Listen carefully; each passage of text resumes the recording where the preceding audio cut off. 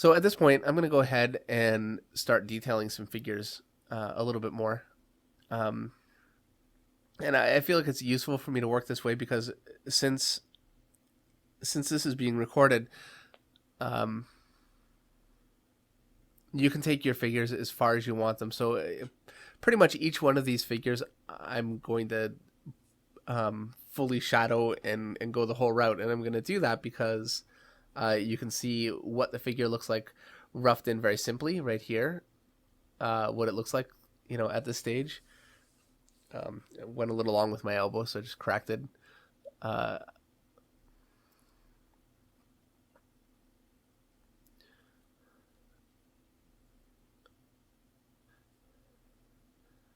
Line from my chest.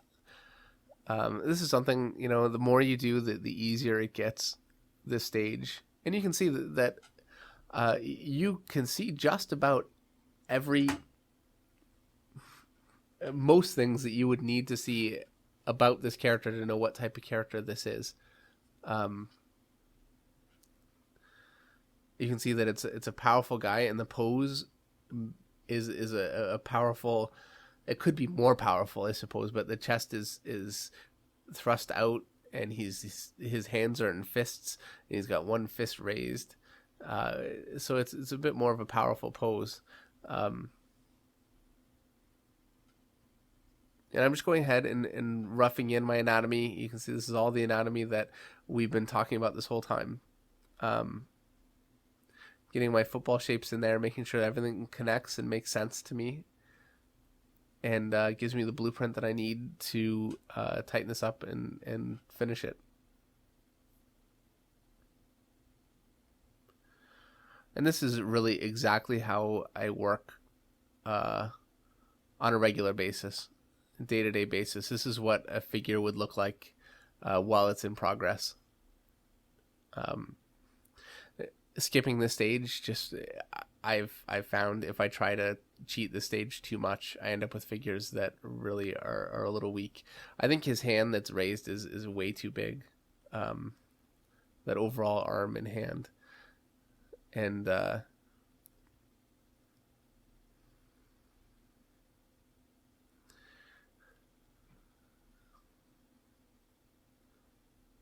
now I'm just going ahead and taking everything that I had there using my kneaded eraser and lightening it down so it's still there. You can still see it on the page, and it just gives me a guide for my much more complete tight drawing on top. And I'm going fairly quickly with this, but you can see what I'm doing is just finding the lines that outline my figure best and give me the basic, I guess, cartoon that I can light from.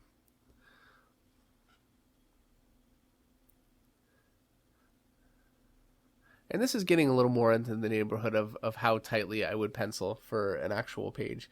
I'm working a little quicker than I would for an actual job, just because time is a bit of an issue with this. But this is fairly close to what I would actually do.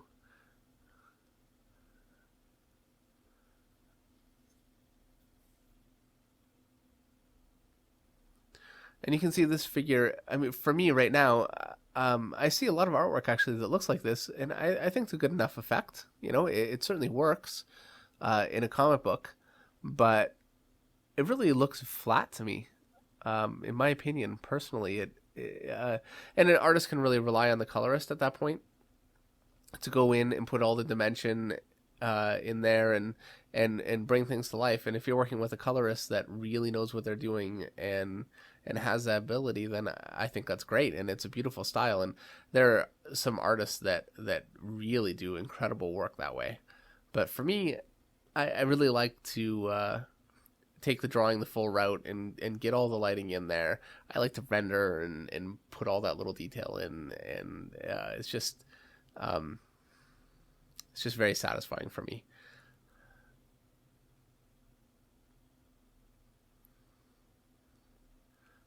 And you can see this is pretty quick to do. Um, so you can imagine why it'd be very tempting to just leave a figure like this. It doesn't take a great deal of time to get a simple cartoon of a figure in. Certainly an easier way to make a deadline.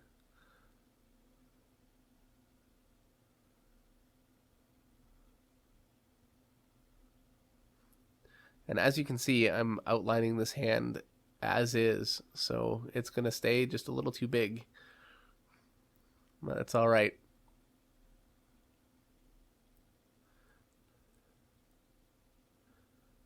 I think ultimately a bigger hand is maybe a little better than a tiny little hand on a figure. At least it has a little bit more power to it.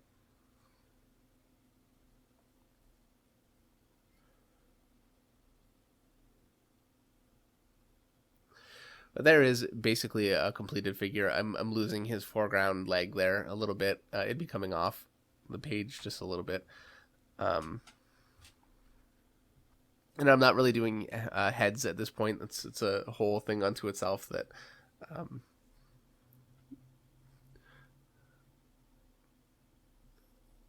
okay, now I've got my lighting coming from the above left, which again is the most common sort of lighting that I use.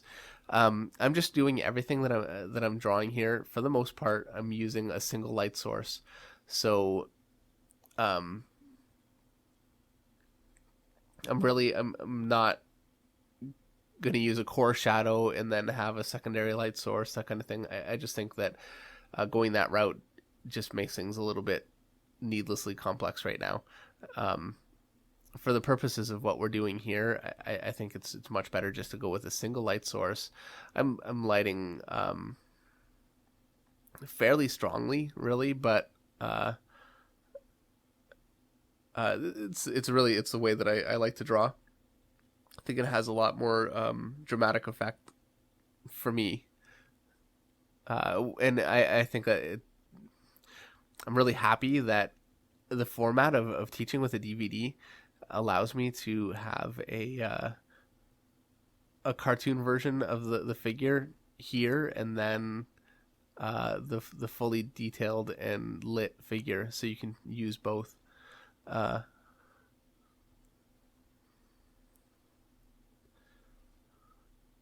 Going down into his hand, rendering out the tendons of his hands, and again, I'm making sure to not ever shadow out a portion of a muscle that turns up into the light. Uh, that portion of the chest is away from the light. That portion of the lat is away from the light. Now this portion of um, the rib cage is away from the light. To find a few ribs. Um, I like to keep my ribs fairly organic and just lumpy looking, like I was saying earlier on. Just stylistic choice. There are so many different artists that do them so many different ways, but I've been a fan of Kelly Jones for a very long time, and Kelly Jones does all these cool little tiny muscles there, and I always really liked it. So I think it's something that stuck with me.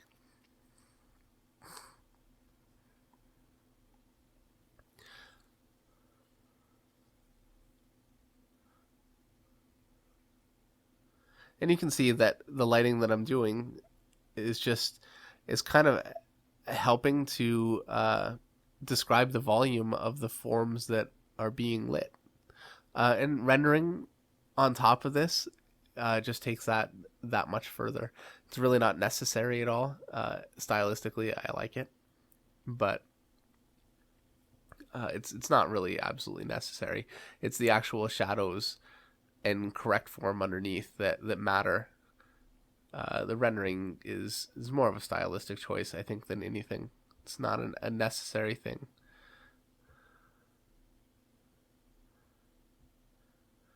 It's all long football shapes, and I'm making them dark where they turn away from the light.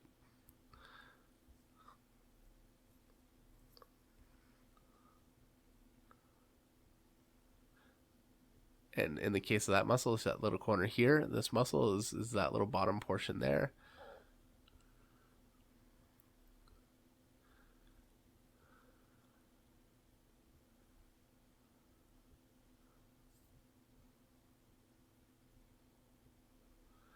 A lot of times when I'm drawing, and I'm not really doing that as much with this DVD as I do probably when I'm actually drawing a picture for publication. When I start feeling a little uncomfortable or lost, I'll just start skipping around and moving and I find it's much more effective for me than just sitting there staring at my drawing. I get a lot more done that way. At least there always is an area of a figure, no matter how much I'm struggling, or an area of a drawing, no matter how much I'm struggling, that I can sit there and do easily and not have to think. And then I just revert to that, and I'll skip to it and work on that for a little bit while I'm thinking about what I'd like to do with the area I'm having trouble with. And because it's so mindless for me to work on something that's easy to me, it gives me the mental break to be able to tackle the area that I was struggling with. I find that really works for me a lot better than having to get up and go get a cup of coffee. That's one thing about being an artist. You don't get paid when you're not moving your pencil on the page.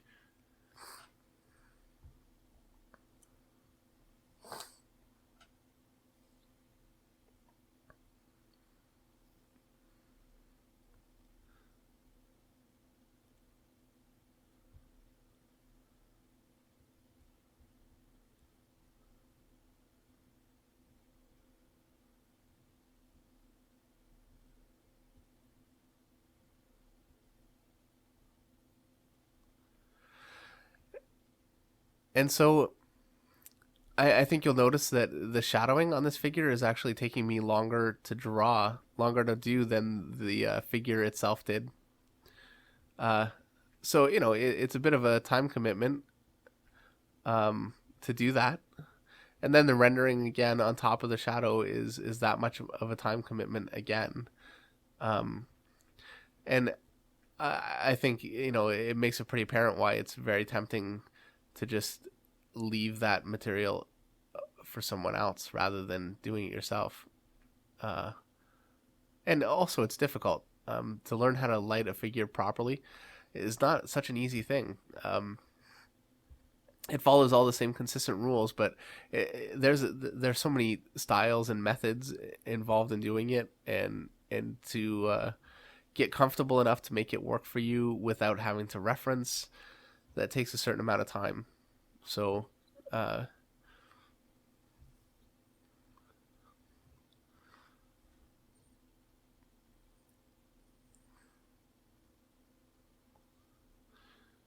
now I'm gonna start with another figure, uh, and this is gonna be from behind. So I'm gonna draw this guy's back. Um, is always a much more difficult angle for me to draw. You can see how the back I've got it curved way out, and then back out for the pelvis. Uh, this is the same basic understructure that we've done earlier on. I'm just gonna go in and start roughing in my muscles, figure out where I have everything,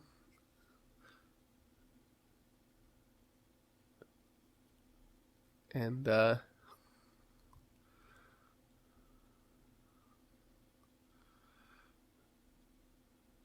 once I've got that finished, and just like with the first one, I'll go in and erase the sketch and start to tight up and refine the lines and pick the lines that best represent my picture. And you really do have to pick a line and be confident about it. Um, if you're working with an inker, you really don't want to leave that decision to your inker.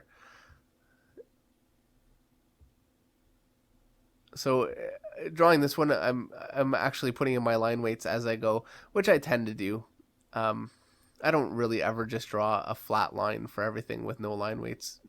Sometimes I do, but usually I'll go in and line weight things up at least a little bit, because the line weights, as simple as they are, actually go a long way towards making the figure look a little more real for me and kind of come together for me. So you can see I'm just going in and um, picking up my anatomy, getting it refined. And see, those two lines that I just drew there, I'm showing the way that I like to define a lot of muscles with the curvature to the line, uh, rather than just a simple straight or curved line, which just doesn't have much energy to it. And I think of all the points that I'm harping on, uh, this is I'm doing a DVD about heads, a DVD about hands and feet, and this one. And in all three of these, I keep saying that I like to have a line with a bit of a hook in it because it looks much more aggressive. But it really does. I think it makes a big difference. So I've just about mostly got my figure drawn in, and again, it's really not a big time commitment at all for me to do this. Um, I think I could probably draw, I don't know, 2 or 3 comic books a month if I was just doing this. It would be a big relief. And it has a certain appeal to it, I think. But I really like the depth that I can create with the shadowing.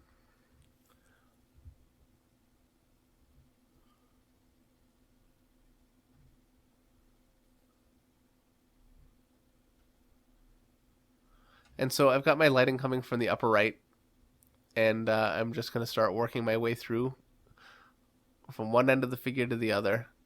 Um, the whole back really turns away from the light, uh, and curves under, so that whole area will be fairly dark, which is great for me because um, it's a really great way, that light to dark transition, to give the whole broad back area a real look of depth and volume. Uh,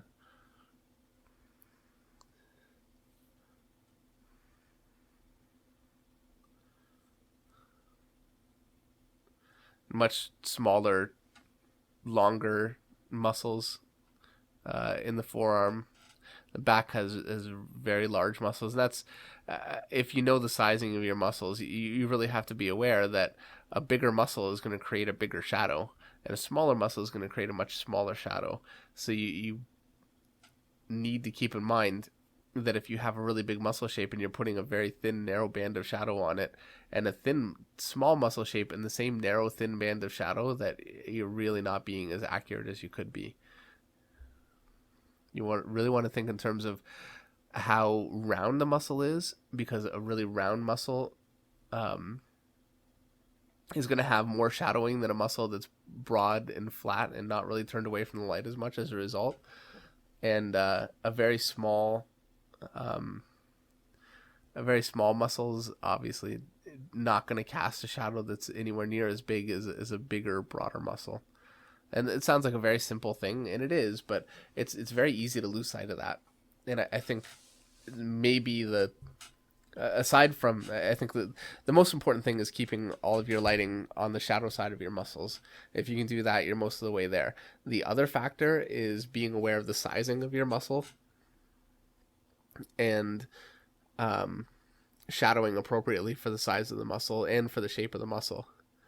And if you can get those two things working, then your shadows should work very, very well.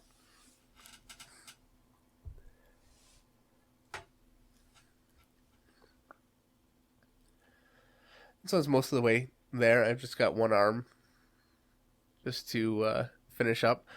Um, my body is actually casting a shadow onto the arm, so I've drawn that on.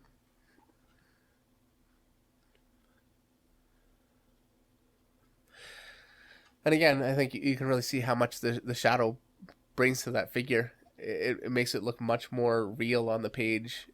Um, and that's always the effect that I'm looking for. I don't want photoreal. I am never looking for that, because I really don't think that it's very effective.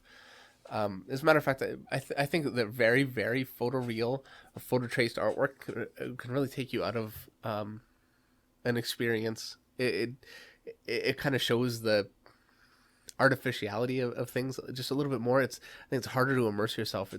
I'm not sure why. I think that artwork that has a feeling of being real but it isn't real kind of carries its own reality, and you can lose yourself in that reality a little bit more, and it can be a little more immersive.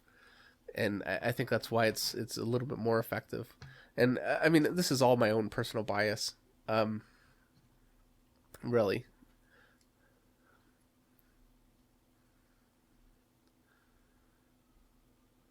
But I think that a well lit figure on a page just um,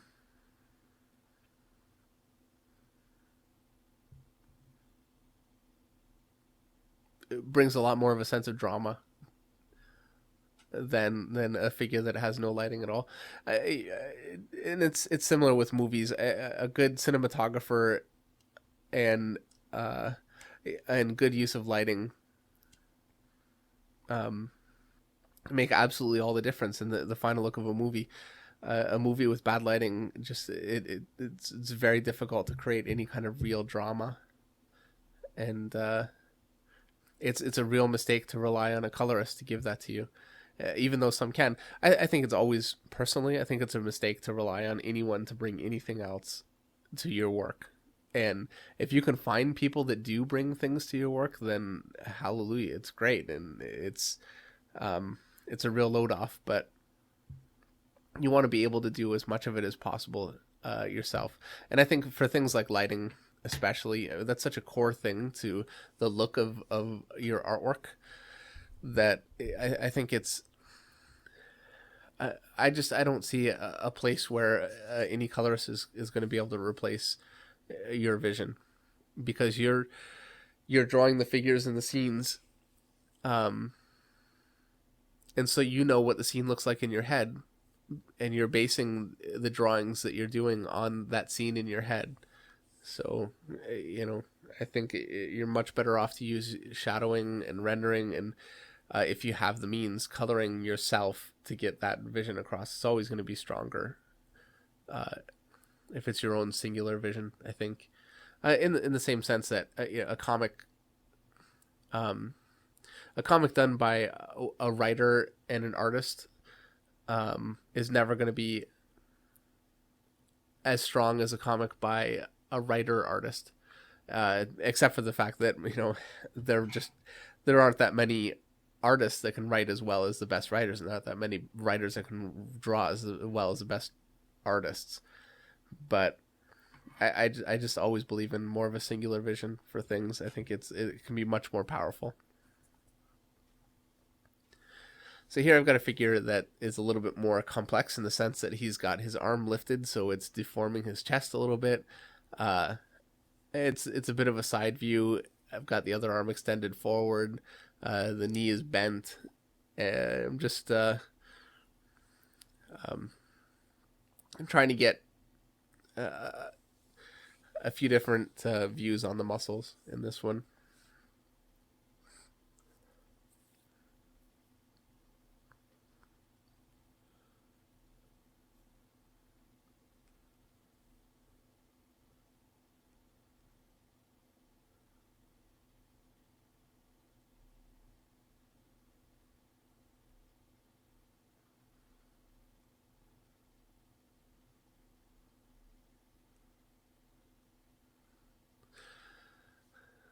So again, I'm just picking the lines that define the shape for me the best, making sure to use my connecting points, push forms that are in front of other forms forward by connecting those forms in front, connecting the lines in front of other lines, and trying to be aware of that as much as possible.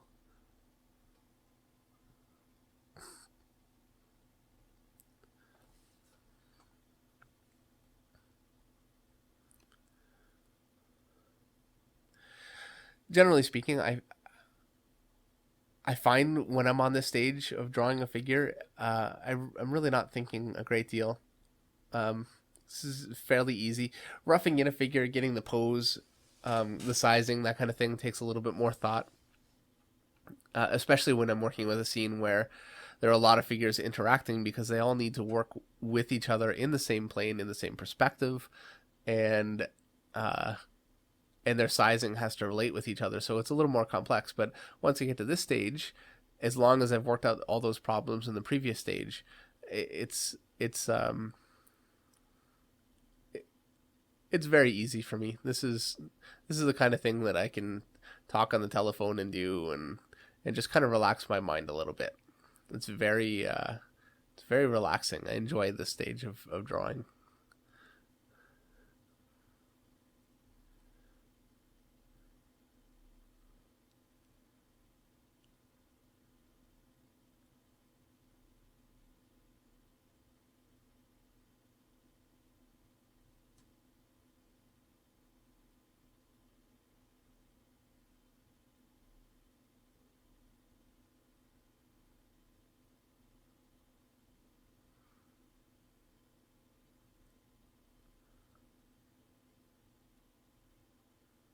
And I think you can really see where I'm less confident.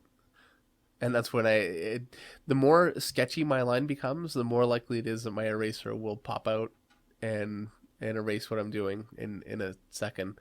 Um, when I'm confident, it's a single bold line and it's fast.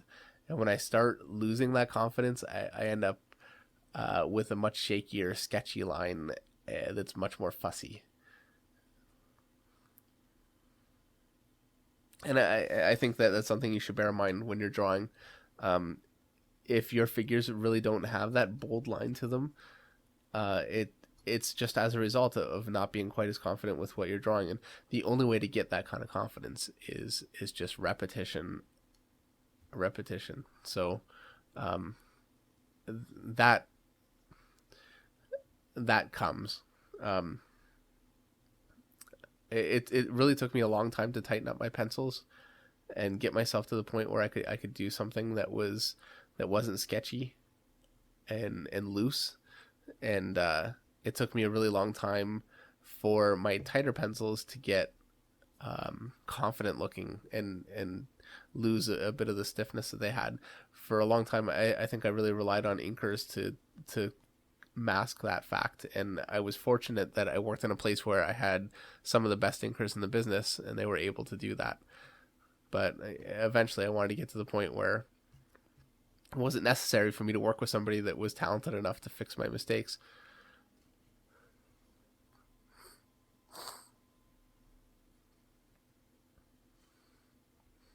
And again, all the same rules apply. Nothing's changed at all.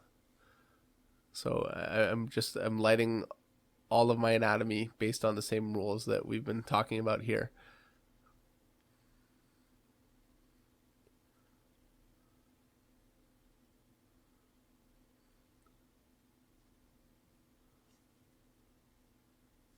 I'm casting a bit of a shadow from the chest onto the arm there.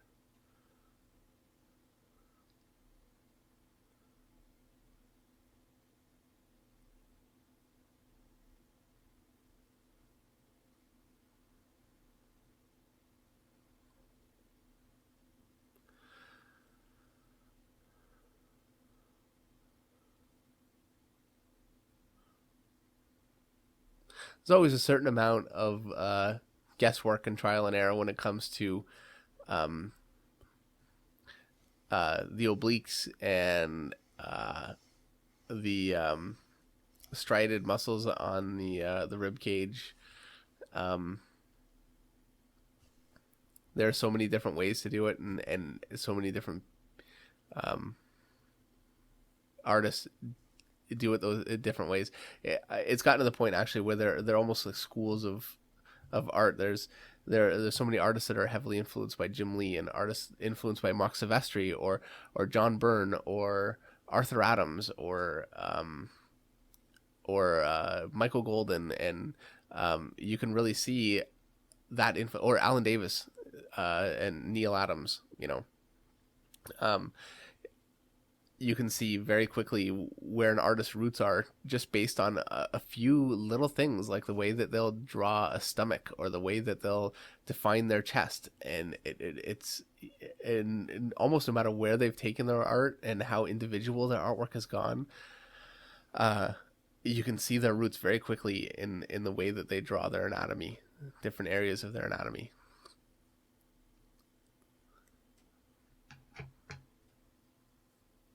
And for me, I'm a Mark Silvestri guy by and large.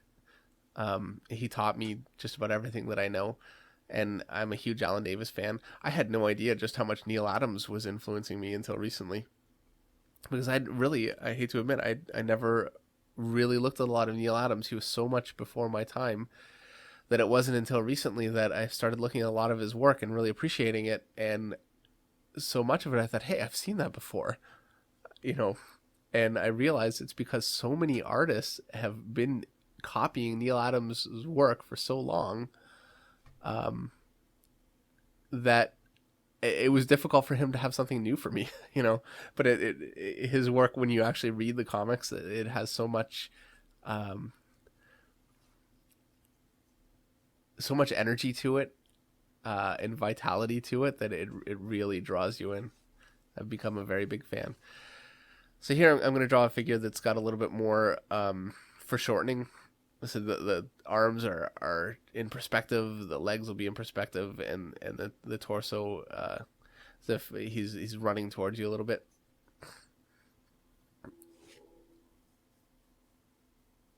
This can be a little bit more of a difficult sort of figure to draw, I think. It's still probably a little more difficult. It's obviously always a little more difficult to draw a figure in dynamic action than it is to draw a figure standing, with no foreshortening, just inert.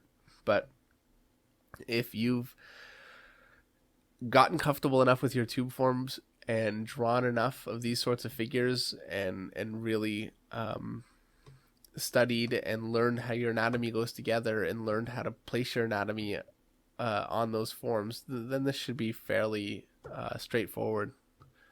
And it's really a matter of mastering all sorts of little skills that connect together, to make up your work.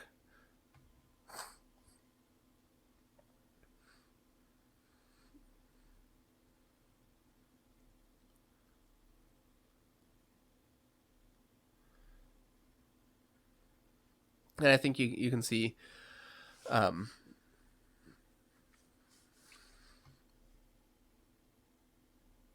a lot of the basic anatomical shapes that we've been talking about, that I like to rough in just in this figure here, even though they aren't really as defined as they could be. I think I'm being maybe a little lazy with this figure. I don't have a lot of major muscle groups really defined quite as well as they could be. Um, and I know from experience, my figure work always suffers from that. It's always a mistake for me to not get that in just a little bit more. It makes a big difference.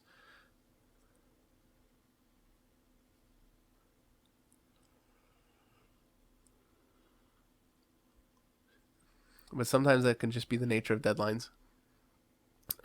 And I find actually deadlines for me a lot of times can improve my work. It might end up being a little less detailed, but it can make it a little more dynamic because I just start throwing the line, and I don't overthink quite as much.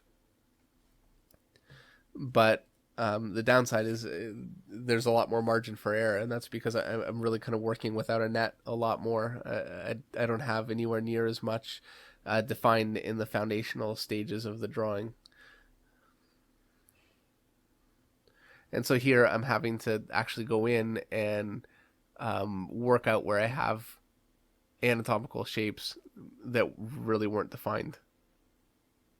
And you can see that it's making me actually think a little bit more now, which is always a little less fun for me. Anytime I can work without thinking, I'm always happier.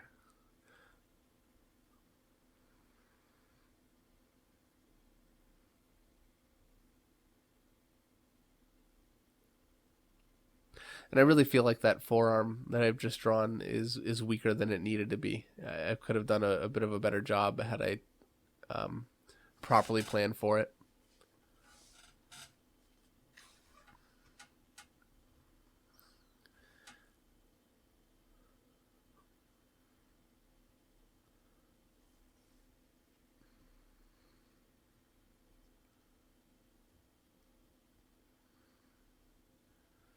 So in this figure, the stomach is going to be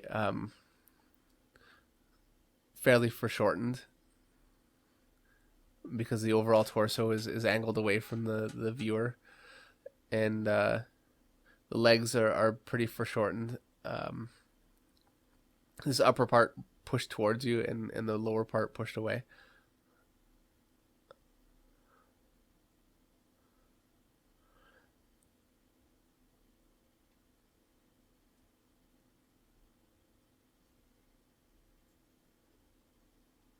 And again, I'm really having to try and define my muscles um, kind of after the fact. And as a result, if you notice, I stopped drawing the leg, and now I'm doing line weights on the arm. And I'm doing that because I'm stalling. In my mind, I just got a little sick of having to work out anatomy. So I'm doing something that's actually much easier for me, and that's just some line weights. And letting my mind relax a little bit and kind of chilling out, and then I'll get back to it. Um, which I don't think is a bad way to work at all. And here we go. I'm feeling a little more relaxed, so I'm going to continue.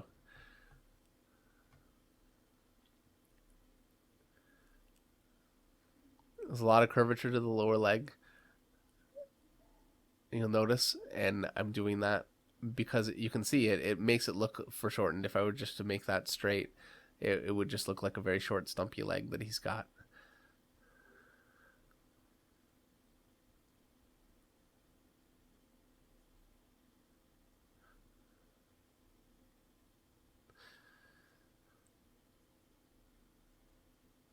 And so here's the other arm angled away.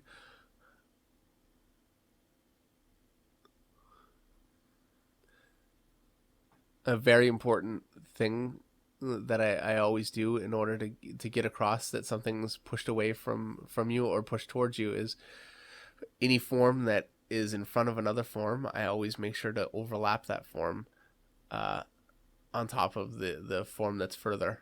And I try to accentuate that as much as possible all the way down through an arm or a leg, whatever it is that I have in perspective. And it's very powerful for pushing things forward or away, that kind of effect.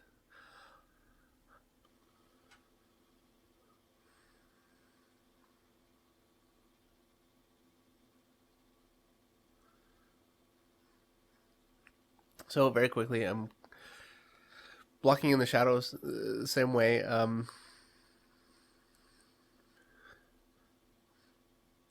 You'll notice I went much broader on that deltoid muscle than I did on the small collarbone area there, um, because it's a much broader shape. So um, something really to bear in mind.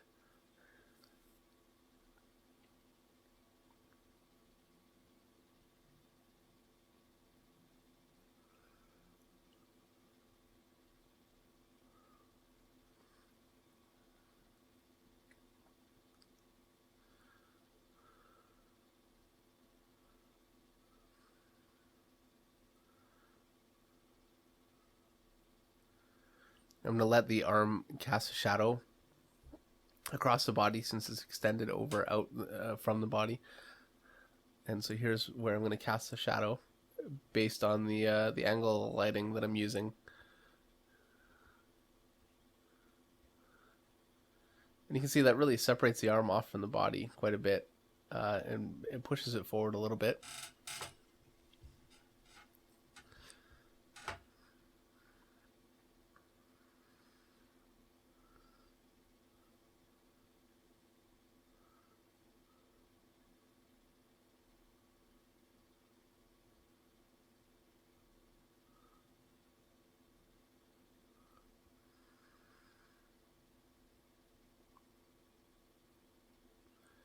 This is a fairly fun figure for me to draw. It's a little more dynamic, and they can be a little more challenging to light at times, but his leg will be fairly easy. The upper part of his leg that is angled up towards the light will be relatively light, and then the lower part of his leg that's angled away from the light will be very dark. And that actually is really going to help sell the fact that it's a leg in perspective. Also, the body's kind of casting a shadow over the leg, and you can see the cast shadow over the leg rounds quite a bit with the leg, and that helps push it forward quite a bit too. And here, yeah, going dark right now with this whole area of the leg all the way down. I'll cast a shadow down over the foot. There it is. Really makes that leg look like it's bent and in space. Kind of more for me than it did when it was just in cartoon form. And I really wish that I had a little more time maybe to go in and do something completely tight and render the whole thing and really show in detail how I'm rendering figures. But really, rendering it's much more of a stylistic choice. So I don't really feel like it's appropriate for this sort of a DVD.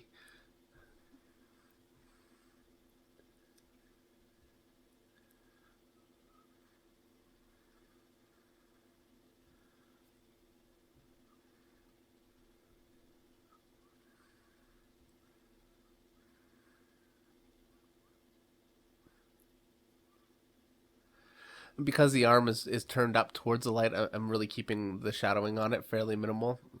Uh, and on his hand too.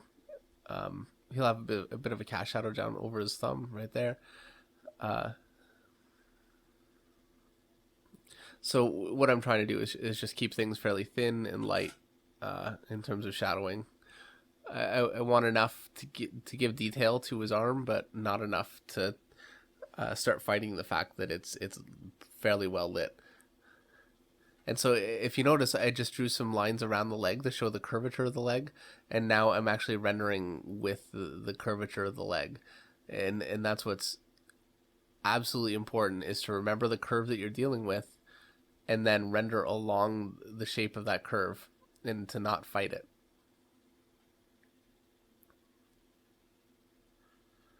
So I'm going to do one more male figure.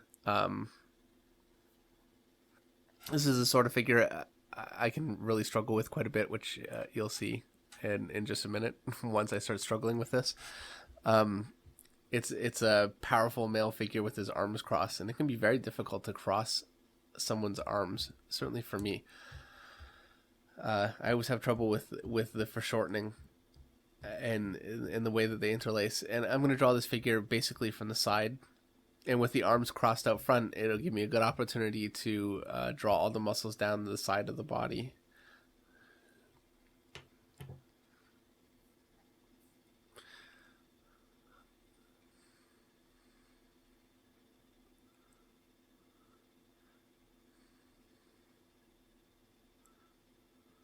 And you can see how those forearms joined together can be a little confusing to work out.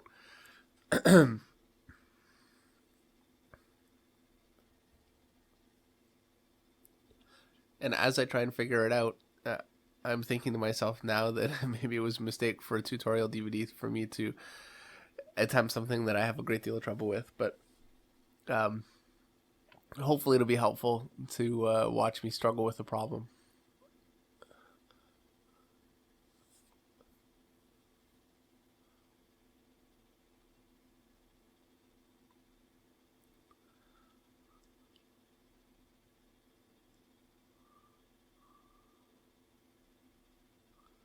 Just getting all the legs of his muscles established and make it much easier for me to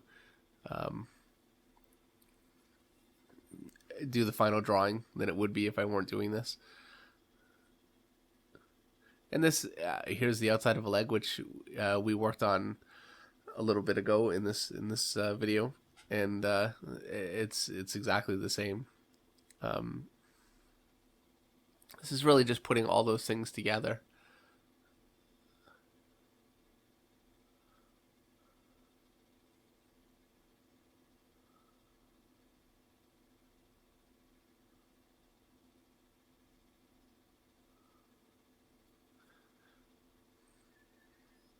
And it's great if you can get your proportions decently defined at this stage.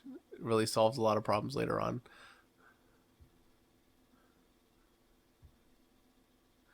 I know a lot of artists actually that use a light table, so that they'll draw in their sketches on one piece of paper and then use the light table to transfer those sketches very cleanly onto their final page so they can do this stage here. And I think that's a great method, but I just find with my kneaded eraser, I can take my sketch stage and bring it down light enough that it really doesn't interfere with the final drawing. And really, the final drawing that I'm left with doesn't even show the sketchiness underneath it. It it works very well for me, and I just feel like it's much more efficient than having to trace something completely. It's to me, it's always a bit of a thankless step to have to do, but um, I'm sure that there are things that I do that are probably a little unorthodox that other artists would really not enjoy having to put up with. It's just it's the things that you learn through your own trial and error, and the things that you learn from other artists, uh, and you put them together, and that's your method. So here I am struggling with the arms just a little bit. Uh, it's very difficult to give them both mass and make them look like they're folding neatly onto each other without looking ungainly. This is where photo reference would make things much easier, but again, it's just not my style, so I'm going to struggle. And ultimately, I could stand there and cross my arms and take a photograph of it, but my arms just unfortunately don't look like that. Or maybe fortunately right now, but they don't have that kind of musculature. So I'm sure it would be useful. I don't know, maybe I'm stubborn. I like the idea that I can develop my foundation to the point where I can use it to get me through these problems and not have to stand someone there and take a photograph of them, and work it out that way. But that's probably being a little bit pig-headed. But I think I've got it basically worked out. So hopefully this will work.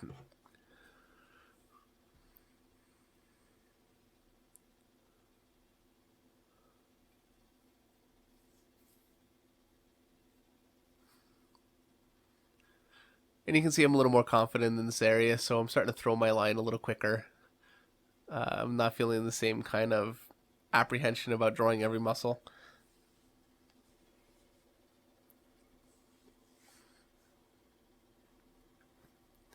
And I think that should be actually a good illustration of why it's so important to learn all of your muscles and uh, anatomy as well as you can, because the more confident you are with it, the more fun it is to draw. The more you can just throw your line and be confident and bold and quick. Um, it's such a much more satisfying experience than flipping through a muscle magazine and tracing it.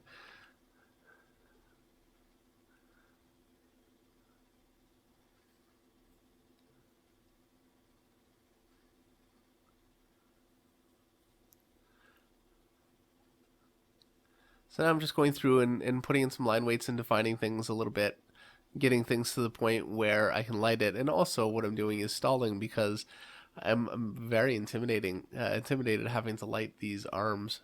It's not going to be easy.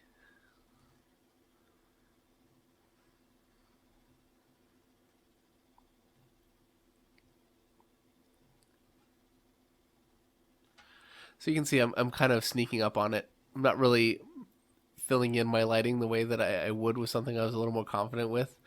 I'm putting in a little bit of lighting. If that's not looking quite right, I'm putting in a little more and a little more, and hoping to uh, make it work. And I feel like it's actually developing for me. I find a lot of times that um, if I can't figure out an area, if I start defining every area around it and making all those areas work, eventually that area just makes sense in my head. What I'm doing here beside the figure, actually right now, is I'm throwing a bunch of jagged lines. Uh, And I'm doing that actually. I'm showing the way that I normally when I pencil, the way that I jag the pencil around, just to get that little bit of a dynamic flair to the line. It just makes things look a little more aggressive and quick and sharp. Um, so I'm just, and a lot of that is just kind of flicking my wrist and just being confident with what I'm throwing.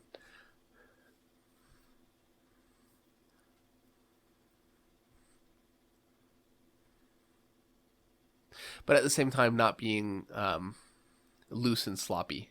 And it's a real balance between the two. I think if your artwork becomes very very sloppy, and there are some artists that do some beautiful work that way, but it can be a little bit more difficult to connect to an audience. Audiences really like work to be very clean. Uh, it's much easier for them to relate with it. So that finished kind of quality, it's really worth pursuing. It's worth taking the extra time and refining the drawing, refining the pencils, and making sure everything is well defined and not sketchy and loose. Um, there's just there are some artists that make that work. Bill Sienkiewicz makes that work beautifully, but the reason why Bill Sienkiewicz makes that work so well is because he understands what he is doing better than just about anybody, and everything is there and everything is defined, and all of his sketchy lines, um, each one of those little lines is there for a reason. He knows why he's throwing it and what it's doing, and that's why it's so effective. It's a very difficult style to pull off that well. It's easy to knock off, but it's impossible to duplicate unless you have the kind of knowledge that he has. So I'm just quickly getting everything masked in.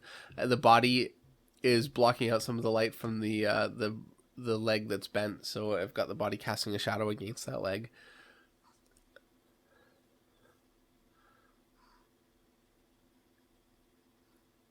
You'll notice most of my lighting here and on every figure, it's all kind of just jaggy shapes, and not just jaggy shapes. They're all interconnected uh, triangles, but I try and keep them jagged, and look at how jagged that shape is that I just drew there. But it just gives it a little bit more life. Sometimes when I'm drawing, I'm practically,